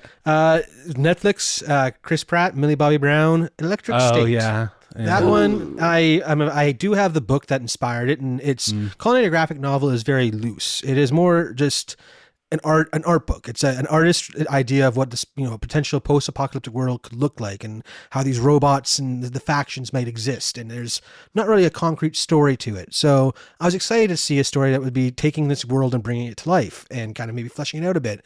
And what they gave us was just garbage. The dialogue was some of the worst stuff I've seen, like I've witnessed in a while. The action sequences just felt flat and lackluster, and the plot was just dumb. Like none of it made sense, and it was just very aggravating. So that one was one of my bigger disappointments this year for sure. Well, when a movie looks like it's a movie trailer in a movie, you don't go see that movie. You know what I mean? Like, you don't watch that movie, whether it's on Netflix or the theaters or whatever. That movie looks like it was made Like a by, fake trailer Yeah, like an for AI a- generated whatever. It's just Yikes. yeah, no. When yeah. humans make stuff that you're like, is that AI slop? Like, you just stay away. It's not good. Jeepers. Well, my last disappointment was one from Tiff, actually, and this is a disappointment mainly because of just, I guess, how high my expectations were going in. But it was for The Smashing Machine. I think another film on paper, it just felt like it was like an all round, great setup. You got Benny Safdie, you got Dwayne The Rock Johnson doing his first dramatic role, you have Emily Blunt, and there were definitely some gems in this film, and in terms of like the back and forth between Emily Blunt and Dwayne. I think I was expecting more from Dwayne in a lot of ways too, from an acting standpoint. I just feel like it stayed very restrained from what it could have been. It's not a bad film. It just feels like it played things safer based on, I guess, like the subject matter and maybe the idea of focusing more on the performative side of this film rather than the narrative side. So I was a little disappointed by that one. So I wanted to throw that in there. Yeah, I think out of the two, fighting, combat, wrestling, boxing, whatever you want to call it, MMA movies, that Iman Vellani sat in front of me while watching, I definitely I definitely think it is the worst. It's definitely no Iron Claw for sure. Which again, That's wild that happened to you but- twice. It is wild that happened to me twice. And Which is why he's making a point to mention it. And it was wild because he discreetly was like, he wrote it in his notebook. He's like, hey. And I was then like, look and I was like, oh. how many times is Iman Vellani going to sit in front of me while watching a depressing A24 fighting UFC movie starring someone who Well, a might story not around necessarily- wrestlers, yeah. Yeah. A story but- is something around wrestling because they're definitely different in terms of topic and subject matter. But I will say this: Yeah. to have Josh Safdie in my best of 2025, and to have Benny Safdie, his brother, Oh no! Yeah. in biggest disappointment. I did not see that coming, and I definitely did not have that on my bingo card for Which this. one Geek is Back. in Happy Gilmore? Benny? Okay. And Yeah. which Makes one sense. is playing Voice of, Bowser Jr.? Yeah, Bowser Benny. Jr. Benny's also playing Bowser Jr. Yeah. He was distracted. He's doing a lot. Sure. He's a busy guy. This guy. Okay, looking ahead. Let's look ahead. 2026. It's already shaping up to be another massive year for TV and movies and gaming and all the things we love. Like, we're gonna have some big geek movies. Avengers Doomsday is coming up at the end of 2026. Already the marketing is kicked off. We got our X-Men trailer trailers. today. So good. These trailers and the marketing is really smart. So that's I know. We need to talk about that at some point. But like Yep. Dune 3, Spider-Man Brand New Day, Supergirl, The Mandalorian, and Grogu, Street Fighter, Super Mario Galaxy, like these are some big temple names. Maybe there's something else on the list. Darcy, we'll start with you. What are you looking forward to? Well, the main thing I'm looking forward to, I mean, I'm looking forward to everything you just listed, but small screen, I was looking forward to it last year and I was wildly off with production in terms of how the season 2 is coming out, but season 2 of One Piece live action on Netflix, Yeah. I cannot wait. The announcements we've gotten for season 3, now that their production is underway for that one, so it'll be a shorter wait between season 2 and 3. Just the hype is real. I cannot wait to start getting more. We're going to see Tony Chopper live, and it's the voice of what is the bunny from Guardians? Because that's the voice actress who's going to be giving the voice to Tony Chopper. Oh yeah, And yeah. I just cannot wait. It's just the cutest voice and one of the cutest characters. Oh yeah, One Piece baby. Awesome. That's the sort of excitement you want. Meg, how about for you? What do you Yeah. You mentioned Super Mario Galaxy. Oh. And when that trailer came out, I was jazzed. I'm obviously obsessed with the Mario series and Nintendo in general, but the little hints of not only the Galaxy movies and being in space and getting Rosalina and her stars, but even seeing Super Mario Odyssey lands in there was really exciting. Seeing that upside down pyramid was so fun. I'm always excited for these movies. I wish they cast different people, but it's fine. I mean, I think Brie Larson's a great choice for Rosalina. Not her. Oh. No, the original cat. I wish it wasn't Chris Pratt. Because he's really Yeah. the only Thought one he I have was an issue with fine. now. Yeah. He's fine. I also wish it wasn't Anya Taylor-Joy, but she's fine. Sure. It is what it is. I'm Yeah. not going there to hear them talk. I'm going to see See my the movie. Mario Yeah. in the movie. So very excited for that. Also very excited. It doesn't have a date specifically, but it says 2026. Mall Shadow Lord Oh, come on. supposed to be coming out this kidding me? year. I think We it's got October. Is it Yeah. October? It might be Okay. Halloween. Yeah. We got to see, dude, like Dathomirian I'm at the back so of a jealous. truck with a Gatling gun is it's like the highlight of Yeah. the footage we And got the to see. animation is insanely different. Yeah. It's I like can't wait for it's that. it's all the best parts of what you know and love from Clone Wars, but like Yeah. the texture, like even from like coming off of Bad Batch, the texture. Well, that's I just literally my blew my mind. Everest of Yeah. Star Wars animation is the fight between Ahsoka and Maul in season yeah. 7 of Clone Wars. That is the epitome of what they should be reaching at all times. So I'm assuming that's coming into play in this show. I hope so. I like again. That was like leveraging, if I'm not mistaken, like almost video game technology, where they actually had like, mocap. Yeah, Ray Park and someone else. It wasn't. I can't remember. Yeah, but obviously doing the choreography, actually doing the fights, so that they captured all of that in real time, and then animating to that, like that's pretty wild. So you know, to see that level of commitment, I hope we can get something like that. Hope so. And then my third most anticipated is a video game. Nate, I'm sure you've heard of it. Darcy, I'm hoping you have also heard of it. It's called Out of Words. Oh, It's a stop motion 2-person yes. multiplayer video game that's coming out in 2026, and it looks stunning. I don't know how you make a video game stop motion. I don't know how you do that. We played but Little I've Big been doing it for Planet. a while. I mean, I have played there's- Little Big Planet. That's stop motion? It's stop motion inspired, I would say, more Yeah, than it's Yeah. not. I mean, probably Yeah. in terms of animation. Have you ever played The Neverhood? I've never heard of it. No. Well, Never was- heard Never heard of it. Wasn't there an N64 Look that up. game, Look up Clay that- Fight? It was Clay kind of Fighting like or Clay whatever? Fight. It wasn't an N64. Well, I had it for PC. It was a DreamWorks produced. My friend had it for N64. I remember Yeah. playing it on an N64. Yeah, it kind of looks like Earthworm Jim, but he's not, Yeah. and it's Oh, it's yeah. interesting. A Midnight It's a very- Walk came out at near the tail end of 2025. A game Megan will never play, but a great stop motion animated game as well. Nice, sweet. Yeah, Okay, well, Out of Words looks incredible. It looks Yeah. beautiful. It looks really exciting, and I'm excited. What can you for play it that on? game. I think like regular PlayStation, Xbox, Nintendo. Okay. I don't know if I had Nintendo. I would assume might be like a later release. It'll probably come Oh, to look into PlayStation it. I like and stop Xbox motion sooner, but I like stop motion. yeah. And again, it's it's coming one of to those everything. like 2-person multiplayer games you play on the couch together, and you need each other to progress. So I'm down.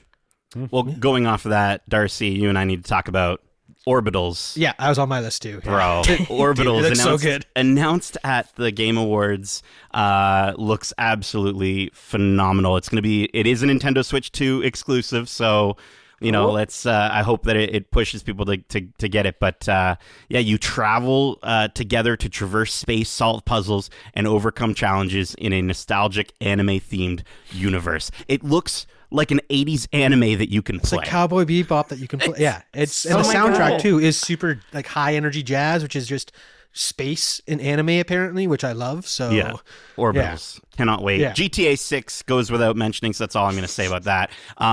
Insomniac's Wolverine. yes, I mean, Yeah, I'm not playing that. come on. It's going to be Why? gory.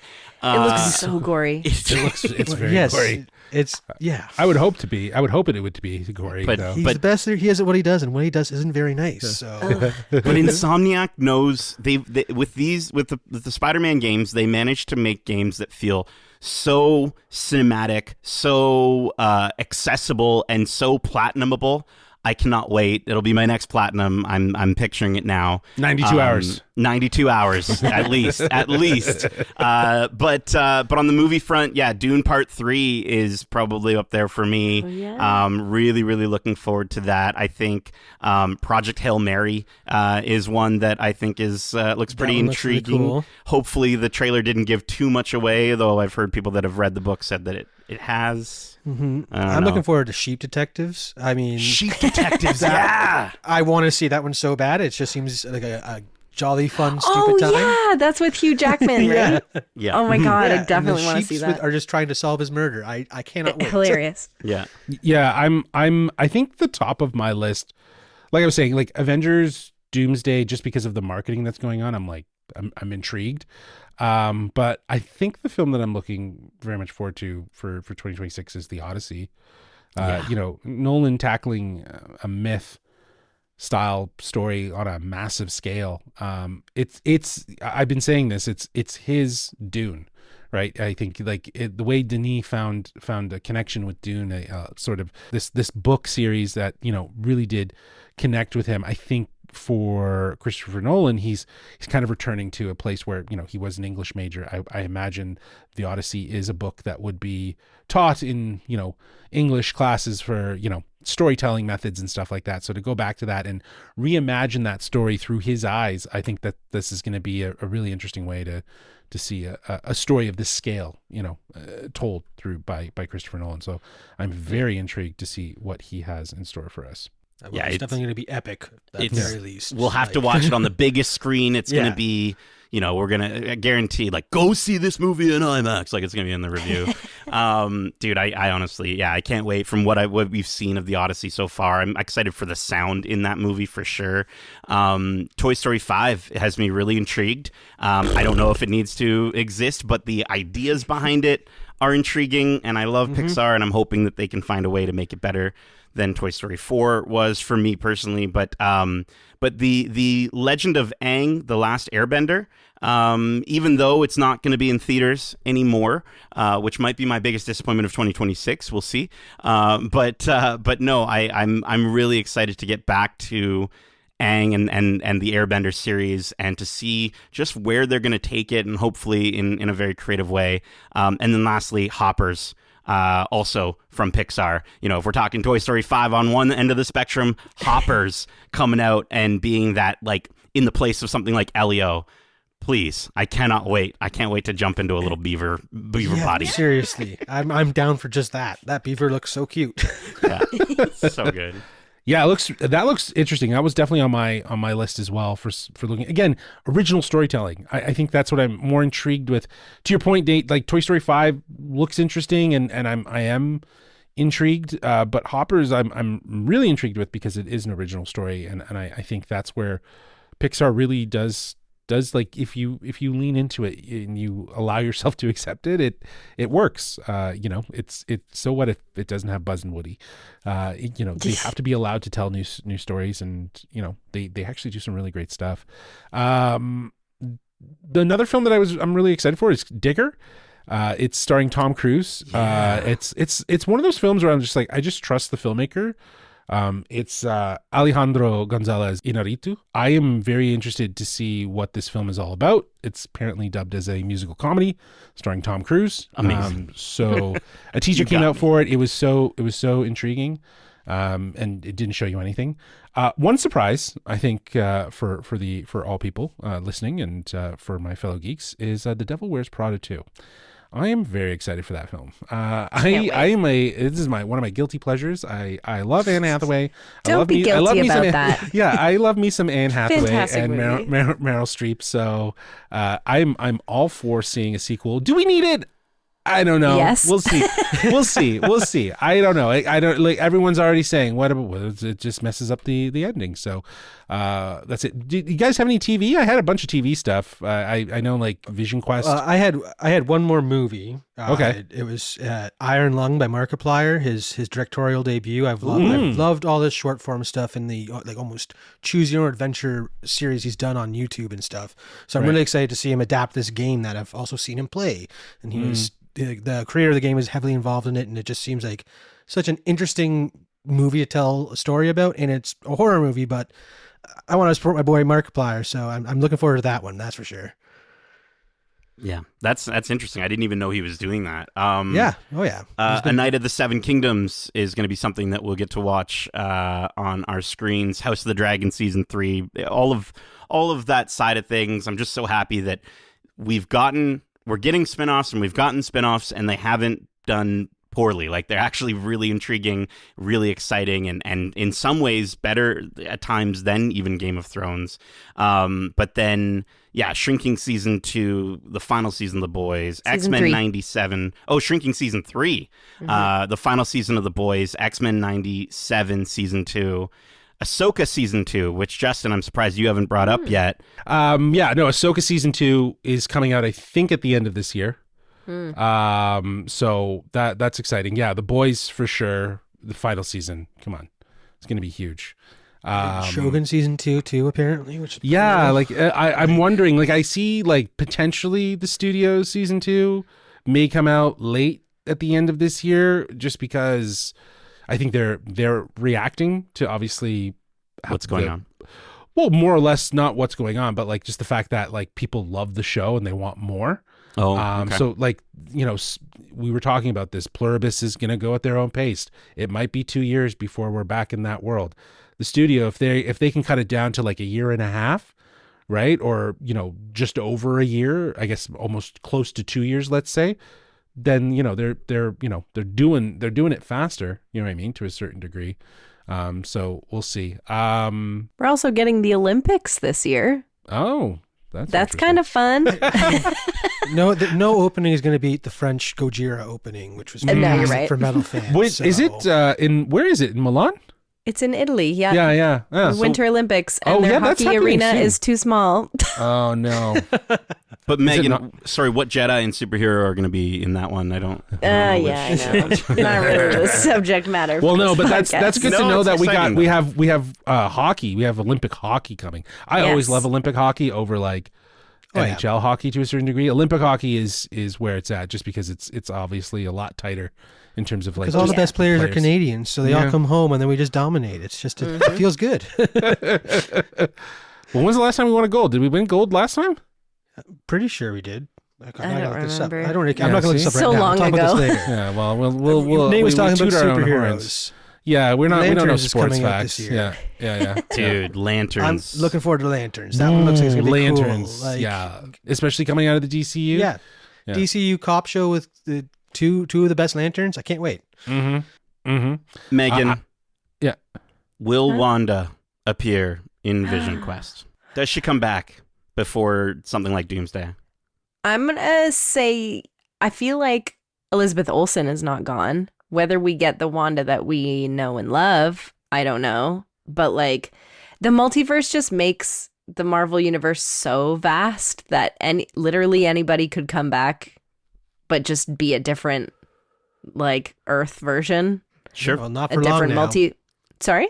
Not for long now. Doomsday's Well, gonna no. enter the multiverse. So Yeah, he's gonna merge everything, right? Thank So God.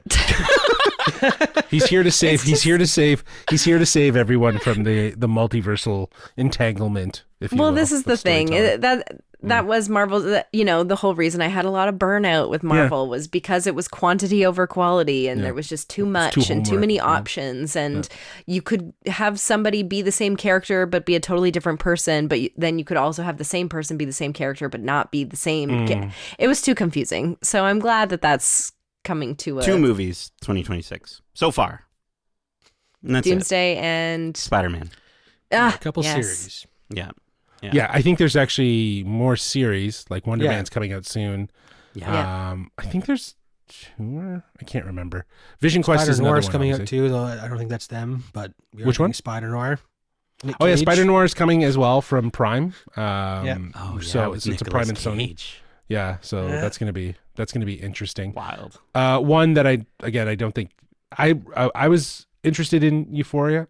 It's an HBO show, and they're coming back for season 3, and it's been a long time coming. So I'm interested to see how that goes and how they close. I think this should be the end of it. The show was always a conversation starter, so it's like so many people. I feel like it's been so long since the Well, they had that last tragic season. accident with one of the actors, right? Yeah. So, and unfortunately, yeah, it's sad. Mm-hmm. But you know, they're working through it, and they're obviously going to come back. And I think it's just a testament to wanting to tell that story. Mm-hmm. Drop something to tell that story and close it out. So yeah, I'm interested in seeing it. Anything else? You guys got anything else? Anything else? I mean, I could keep going on, Is- but I think I covered everything I wanted to talk about. Awesome. Well, it's always good to end on a high note. Wouldn't you agree, Darcy? Yeah. And Meg, Nate, you know, occasionally. yeah, exactly. It's always good. It's always good. Okay. Well, that is our Geek Back. As we wrap things up, we just want to take a moment to say thank you to everyone who's tuned in, supported us, shared an episode, or showed up for the conversations. This year was truly something special. In 2025 alone, we put out over 50 reviews across movies and TV and conducted more than 50 interviews with actors and directors and composers and voice actors and showrunners. We covered conventions on an international level, walked the red carpet, did our first ever set visit, Heyo. and we covered the Toronto International Film Festival for the first time. Experiences we genuinely don't take for granted. So a massive shout out to the incredible PR teams we're lucky enough to work with. Thank you for believing in what we do and trusting us to show up and, just create some amazing opportunities between us and others. It's fantastic. But most importantly, thank you to you, our listeners. You're the reason any of this works. Your support, your engagement, your enthusiasm, it just continues to push us forward and allow us to grow. So from all of us here at Geekcentric, thank you for an incredible 2025. Here's to another year filled of just amazing opportunities, real conversations, and just genuine connections with continued growth. And that's it for this year's Geek Back. We hope you enjoyed this episode, and if you did, feel free to let us know by writing into the show at wearegeekcentric@gmail.com. That's wearegeekcentric@gmail.com. You can also hit us up on Instagram at wearegeekcentric, and you can also hit us up on Twitter at geekcentricyt. Now, with 2025 out of the way, we can now look to 2026, and there's a lot to look forward to, including some coverage for Wonder Man, as well as a couple other titles that we will share when we are allowed to. But I'm happy to share with you all that some of our geeks are heading to Walt Disney World for an all-new project that we've started called Eatcentric. This is our love letter to food through a geeky lens where theme parks, pop culture, and unforgettable eats collide. From the iconic snacks, the hidden gems, Eatcentric is all about experiencing food as part of the story, the memories it creates, the culture behind it, and the joy of discovering something new.